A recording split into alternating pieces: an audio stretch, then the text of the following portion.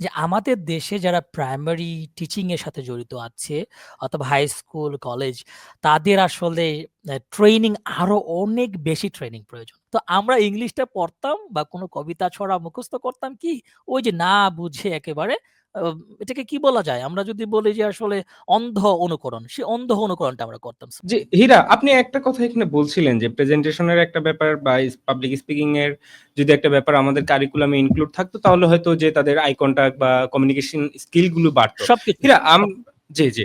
হীরা আমরা যদি একটু খেয়াল করি যে আমরা যখন ইংলিশ ফর টুডে বইটা পড়তাম সেখানে কিন্তু অনেক বিষয় ছিল। যেমন যে please dialogue with your friends, discuss with your friends অনেকগুলো বিষয় ছিল।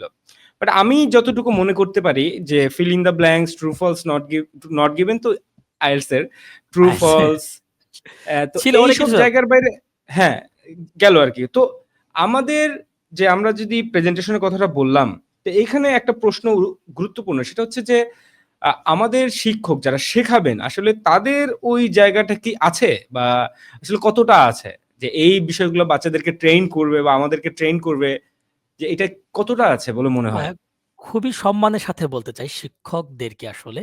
যেহেতু আমি এখানে এই প্রফেশনে আছি, এই জি, প্রফেশনে আসলে খুবই সেনসিটিভ এক জায়গা। তবুও খুবই সম্মানের ডেফিনিটলি। সম্মানের সাথে বলতে চাই যে আমাদের দেশে যারা প্রাইমারি টিচিং এর সাথে জড়িত আছে অথবা হাই স্কুল, কলেজ তাদের আসলে ট্রেনিং আরো অনেক বেশি ট্রেনিং প্রয়োজন। বিশেষ করে এক্সাক্টলি। প্রাইমারি স্কুলের শিক্ষকদের। বিশেষ করে প্রাইমারি স্কুলের শিক্ষকদের যে আসলে সেই প্রাইমারি লেভেলের বা এলিমেন্টারি লেভেলের শিক্ষার্থীদের কিভাবে আনন্দের সাথে পড়ানো দরকার, কোন ওয়েতে পড়ানো দরকার এই ব্যাপারটা জরুরি সুহান।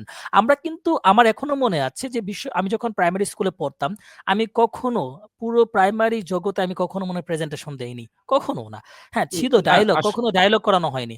কখনো ডায়ালগ করানো হয়নি। আমার এখনো মনে মুখস্থ আছে সেই করে পরীক্ষায় লেখা মুখস্থ হয়েছে। বিদ্যা রাইট। সেই 'টুইঙ্কল টুইঙ্কল লিটল স্টার' কবিতা থেকে 'টু লিটল ব্ল্যাক বার্ডস' আমরা এই যে 'হাম্পটি ডাম্পটি' এগুলো পড়তাম এবং খুবই মুখস্থ করে পড়তাম।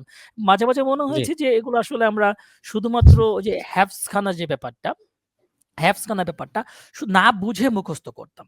না বুঝে মুখস্থ করতাম। কিন্তু যারা তাফসির পড়ে মাশাআল্লাহ তাদের ব্যাপারটা ডিফারেন্ট যে তারা তাফসির করতে পারছে। তো আমরা ইংলিশটা পড়তাম বা কোনো কবিতা ছড়া মুখস্থ করতাম কি ওই যে না বুঝে একেবারে আ এটাকে কি বলা যায়? আমরা যদি বলি যে আসলে অন্ধ অনুকরণ, সে অন্ধ অনুকরণটা আমরা করতাম সোহান।